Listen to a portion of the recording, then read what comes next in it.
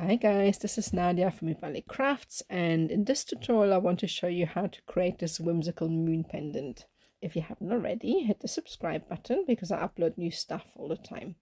I quite often make kits and PDF tutorials for the videos I upload onto YouTube, so I'll place a link in the description below, and if you fancy you can take a gander over and see if there's anything you like. I also invite you to join our awesome artist group on Facebook, which is called Wire Wrap and Metalsmith Artists Worldwide. Right, let's get started. So I'm going to begin by creating the base frame. So the wire needs to be quite thick, obviously because it's going to carry the structure. So here I'm folding it in half with my bell making pliers. I love these because they've got different sort of steps, and this enables you to create different sized loops. So it's quite worthwhile to get one of these. You can find these on eBay, Amazon, pretty much everywhere there's crafts. So what I've done here in the middle, I have created a small loop, not too big and not too small, just enough to sort of carry a jump ring. The smaller the loop, the more space you have for an appendage, if you can call it that, in the middle. You can get the template for that if you want, for the right size and shape, from my shop. Otherwise you can just draw it on a piece of paper or just do it freehand, as I'm doing it here. So I'm just shaping it, and this is what it looks like initially. So next I have to decide how big the moon is going to be. So I'm going to fold the wire at the point where, I don't know what you call the tip, on the side anyway. So anyway, I just going to bend the wire backwards on itself, and I'm going to bring it back up to the middle, and obviously both sides need to be symmetrical, so that's why it probably helps if you measure out the wire. I just tend to do it by eye, which is sometimes why my things are a little bit wonky, but this works. So we're going to do exactly the same on the other side as well once we are satisfied with the shape. I squeeze the tip together with my pliers to narrow it down to point a little more. Currently at the moment I'm still kind of shaping it so that I'm happy with the actual shape itself before I do that. So next we're going to do the other side as well. So this is it. So the other side is done, and I have made them as symmetrical as I possibly can, which, you know, just take your time with that. Because this is obviously the base frame, so you need to be as neat and tidy as you can.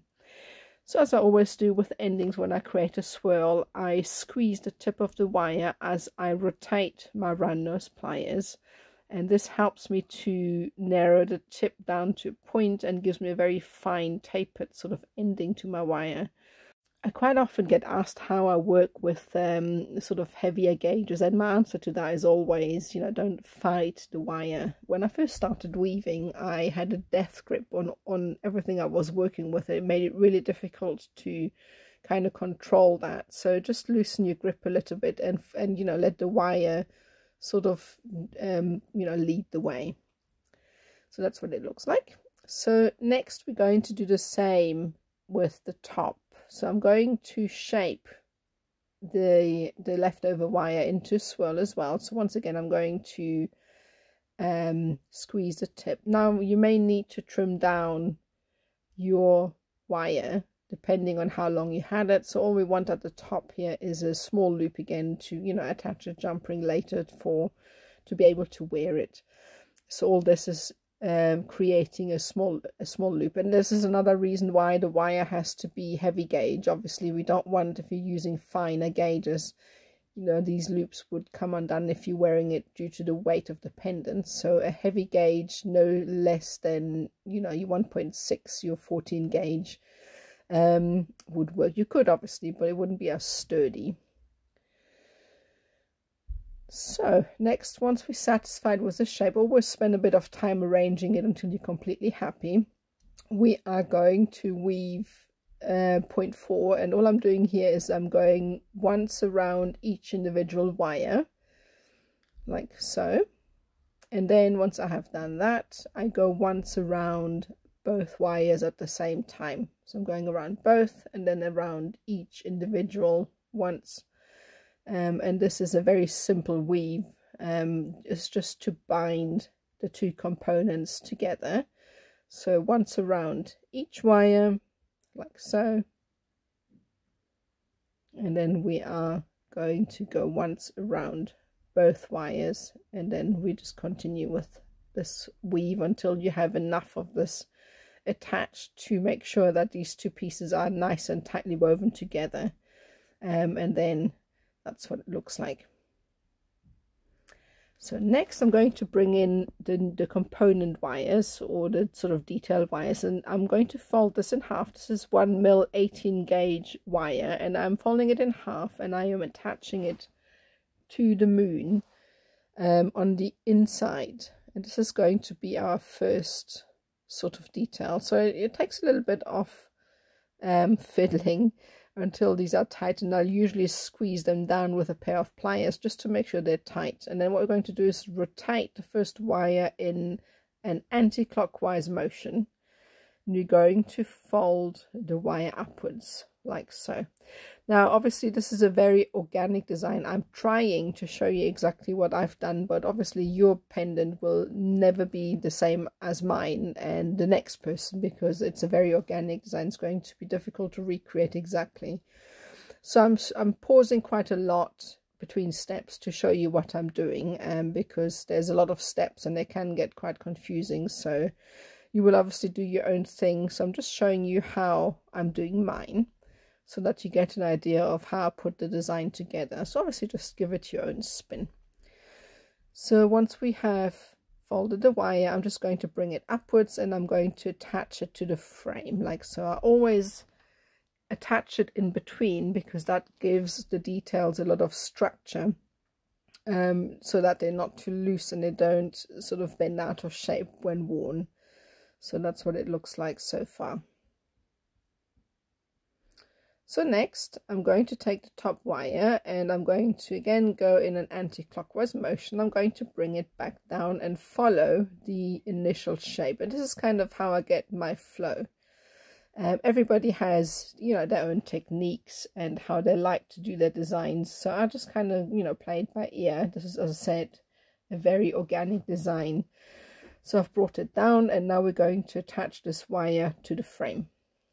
So I've attached it now, and I'm trying to not show you every time I attach something, so that, you know, we won't be here for 2 hours, because otherwise it would take a long time to get through this tutorial. So I will show you the initial steps, and when it needs attaching like so, I won't always show it because you've already seen me do it.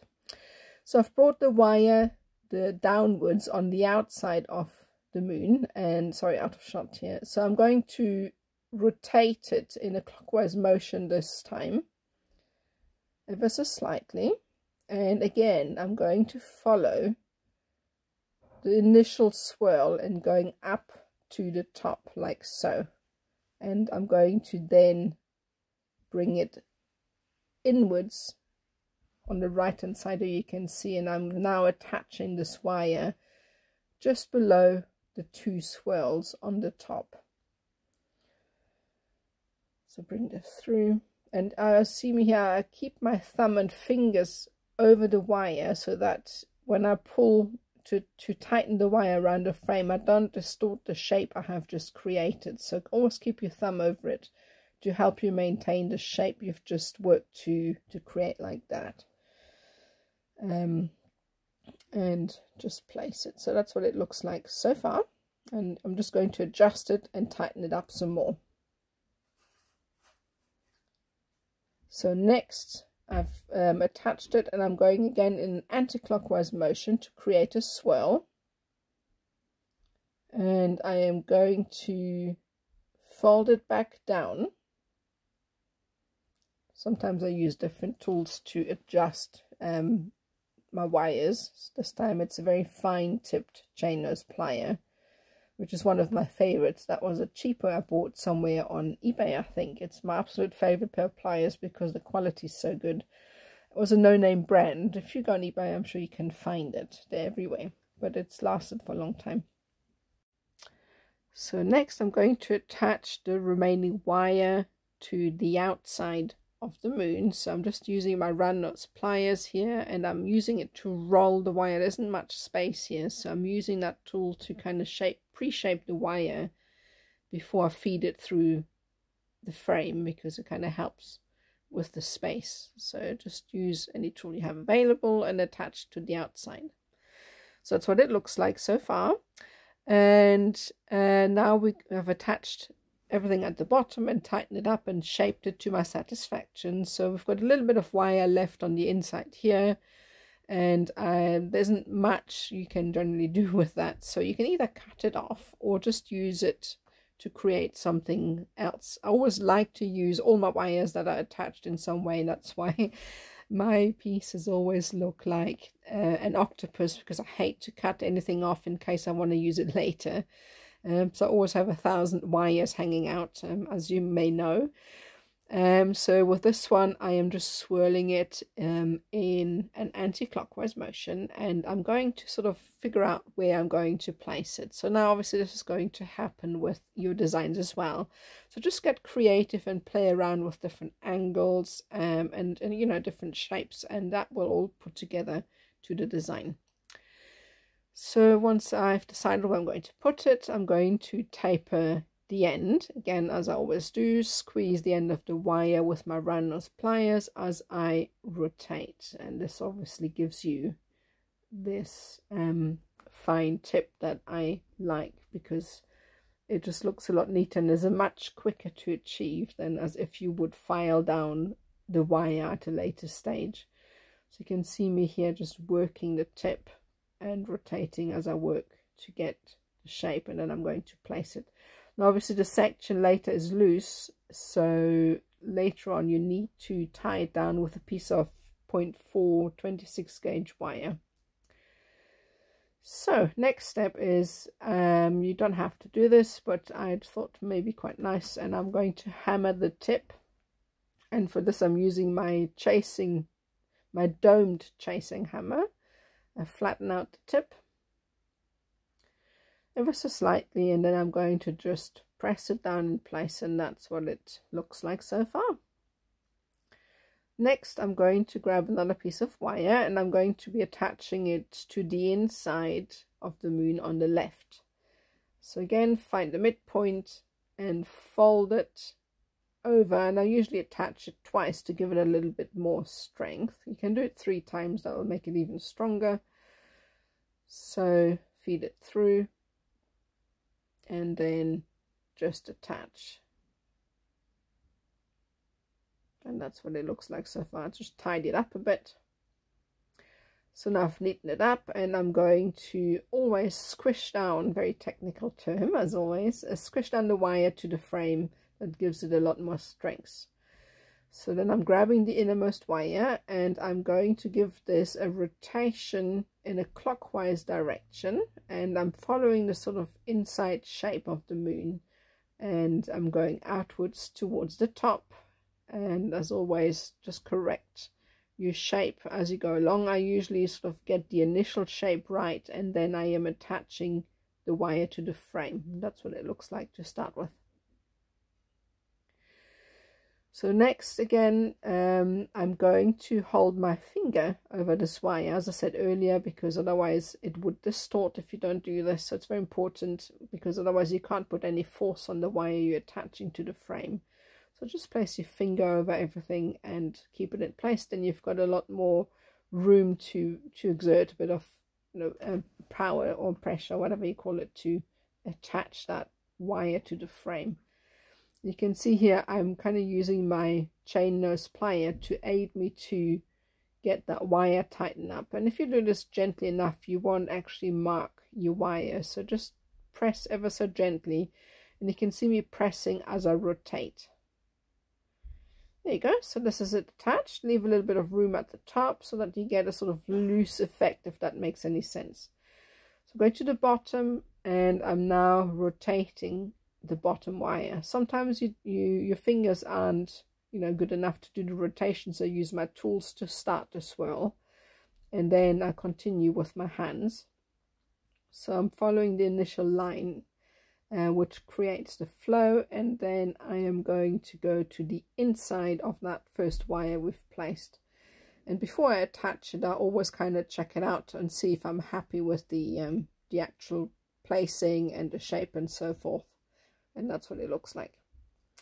Right, so once again, I have attached this, and or I haven't attached this, I can't really see, so I'm going through the frame and I'm bringing the wire through and placing the second wire next to the first, pulling it through and straighten the wires out. And as always, once I have finished with one of the details, I squish the wires down to make sure they're nice and tight. Straighten them out a bit, and now I'm going to continue my rotation, and I'm going to go in a clockwise motion this time. So very slowly, and if you hold the wire a bit further away, it gives you a bit more room to maneuver the actual swirl. It's not too close so that you don't have space to create the shape. So then I'm following the inside, and I want to come back to the inside of the frame. So here we are, and I am holding my finger over the frame itself, and I'm shaping the wire to be able to attach it to the frame. And here you can see there isn't much room to maneuver, so I'm using my tools to help me attach the wire to the frame, because it isn't always possible with just your fingers. So I'm pressing, and this is what it looks like so far. And I always take time in between details to, you know, press down, rearrange and shape it until I'm actually happy before I move on to the next step, just because it's much easier to do it there and then rather than try and adjust the whole design later on. So that's that attached. So next I'm going to use the leftover wire to create a little detail going back up to the top, and once again I'm using my tools to start the swirl. Grab it near the bottom because you got a lot more leverage near where the wire is attached, because obviously, you know, the shorter the wire, the harder it is to manipulate. So I'm just trying to find a nice shape, and then I am attaching it wherever I feel it would look nice. So here I am. I've decided I'm going to attach it near the tip, and I'm going through the front of the design, and I'm going to just wrap it around the frame using my tools. And again, because the wire is obviously quite short, it's quite difficult to manipulate, so your tools are very useful in this instance. You can see me just rotating as I am pulling, just to attach this to the frame. That's it. So we've only got one wire left. Straightening it out, and once again give it a good squeeze and straighten it out as much as you can.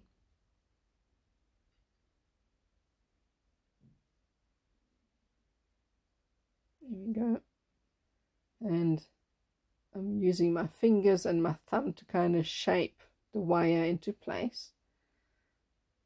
Sometimes a little pressure is needed, and then I'm just going to decide where I'm going to place it. And I always follow the previous sort of shape just to create more flow. So I'm coming from the outside back to the inside, and this is what it looks like.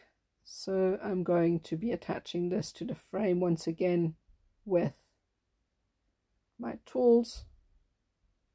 And obviously this doesn't have to stop here. If you want to, you can add as many wires as you want. So just keep going if you want to add more detail to the pendant. This is basically just giving you a starting point on how to create this kind of design. So have fun with that. So that's what it looks like. So got a little bit left over, and I'm going to shape this into the last detail. Again, using my thumb here, I'm going to create a small sort of swirl at the bottom. I always think about add-ons that I'm going to put onto the piece, which in this case are going to be sort of round focal stones. So I always envisage where I might place them, so I leave enough room to put them in, which doesn't have to be accurate, but just bear in mind you would like, if you want to add accents, to leave enough room for the stones to sit in. So I'm going to add this wire or attach it to the frame. There's not much left of it, so again your tools are quite handy in this case. And I'm going to attach it here, and that's the back side. Go through there, and that's what it looks like. So the last details, I wanted to have some thicker looking components. So this is half round wire, and I'm going to show you here how to put them, make them into swirls. So I tend to bend a 90-degree angle to create these kind of swirls, just because I find it easier. Other people do it differently. This is just the way I do it, and I grab hold of it with my pair of pliers and I twist as I go around. Now you have to be careful when doing this so that the wire doesn't kind of go sideways with the edge up. So really just take your time with that, and rotate the wire into itself. Now also be very careful not to exert too much shear force, because the wire will actually weaken and break where the angle, where the bend is. So you have to be very careful when using your pliers and rotating, because the wire will basically shear. So just practice a little bit. Use copper for that. I went through quite a bit before I started to be, happy with the shapes I was creating. So just practice a bit, because it adds a lot of beautiful detail to designs. And I really like using half round wire, in my designs, just because of the sort of bigger surface area, and it's not as thick as it's wide. So it's great wire for detail. So that's what it looks like so far. Just squeezing down the swirl a bit more. So that's all the components. Now obviously you need to create different components for different spaces. So depending on how you have created your moon, you will need to find areas where you think your components will fit. So in my case, I had 3 spaces where I wanted to put them. One on the right where the long sort of first swirl was, so I've placed it over the top here, created another swirl that would fit that space, and you need to do the same. So yours will obviously be different, so you need to create swirls that will suit the space that is available in your design. So you can see me here rotating the wire around the frame, which makes it much easier to attach. You need to bear in mind that half round wire work hardens incredibly quickly, so just 1 or 2 bends in the wire and it will become completely irresponsive, and it won't work, and it's going to be very hard to manipulate. You can soften it up again with a flame, so you can anneal it again, but I try and just work it as much as I can in one go. So use your tools for that. And we're going to be attaching it to the frame just using our pliers. And that's what it looks like. So with the leftover wire, I've got quite a long length left here at the bottom, which I'm going to attach. And this can be used to create detail on the outside. So that's a long length of wire. I'm just going to add detail with that on the outside. And that's what it looks like attached. So next I'm going to be attaching my detail on the left. Again, you need to make it fit your shape and whatever sort of design you have. So I'm using my pliers again to attach. So I'm creating a sort of shape in order to be able to attach the wire to the frame. So I'm going through here, and I'm using my pliers. I quite heavily rely on my pliers, especially with the thicker gauges of half round wire, because your fingers, or my fingers anyway, just aren't strong enough to attach. So I'm just going to carry on attaching this until I'm satisfied. That's what it looks like. So lastly, I've got the last piece here. Sometimes when creating these designs, you want to create the illusion of sort of recess and 3D. So to achieve this, I sometimes, you know, make wires disappear under other wires, if that makes any sense. So I'm bringing this shape in from underneath and I'm pulling it out the top, so that basically the top end of the swirl will attach near the top of the pendant, and then the sort of ending of that wire will kind of disappear in between the sort of detail of the rest of the pendant. I hope that makes sense. This is just so to create a little bit of detail, and I'm obviously going to attach these on to the frame on both sides, and that's what it looks like. So next is liver of sulfur. So I really like to use gel just because it has a longer shelf life than your sort of liquid. I've had this one for 6 months now and it's still good. You can get it on eBay, Amazon, again, anywhere they sell craft stuff. Heat up the water. Wire, if it's just wire, it can be very hot. Obviously, when you have gemstones, be very careful. Some of them are low on the Mohs scale, so they will get ruined by loss. So just Google your stones before you put them in the solution. And it gets dark pretty quickly. So that's what it looks like when it's done. So next we need to neutralize the liver of sulfur. So I'm putting it in a container that has water plus bicarbonate or soda. So you can see how nice and dark it went. And the bicarbonate of soda will neutralize the chemical. So you can put this in water or on the piece directly and just brush it off and then rinse it.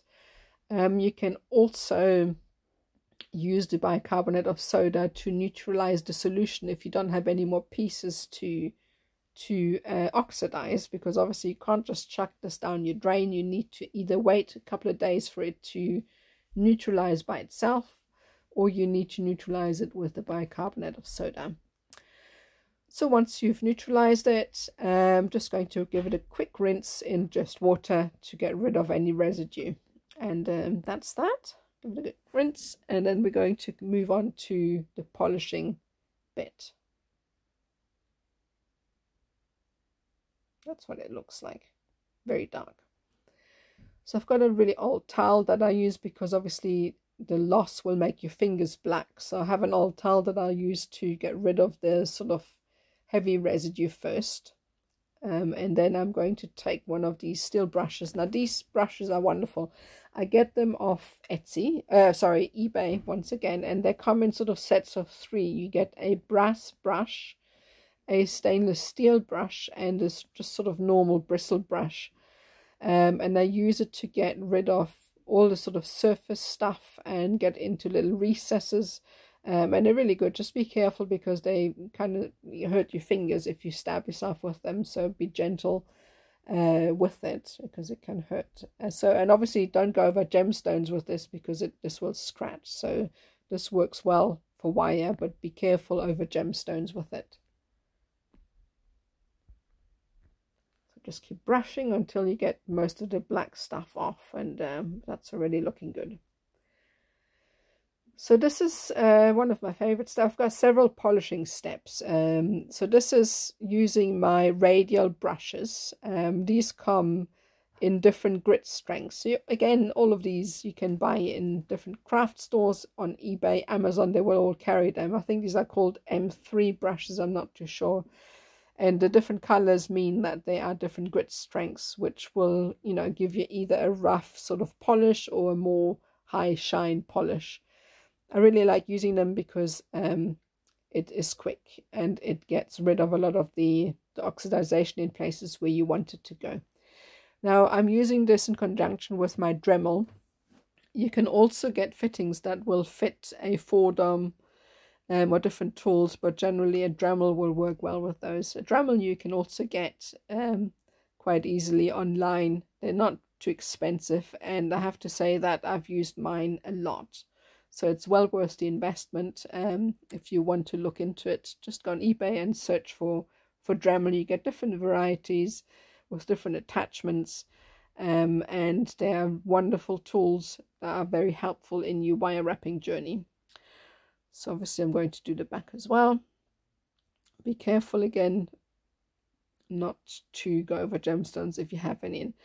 So now I've got different tutorials for these settings. I thought I'm not going to put these in here, otherwise we would be here for 2 hours. So I will pop links for both the lollipop setting and the prong setting in the description below, so that you can follow the instructions there and then come back and add them to your design.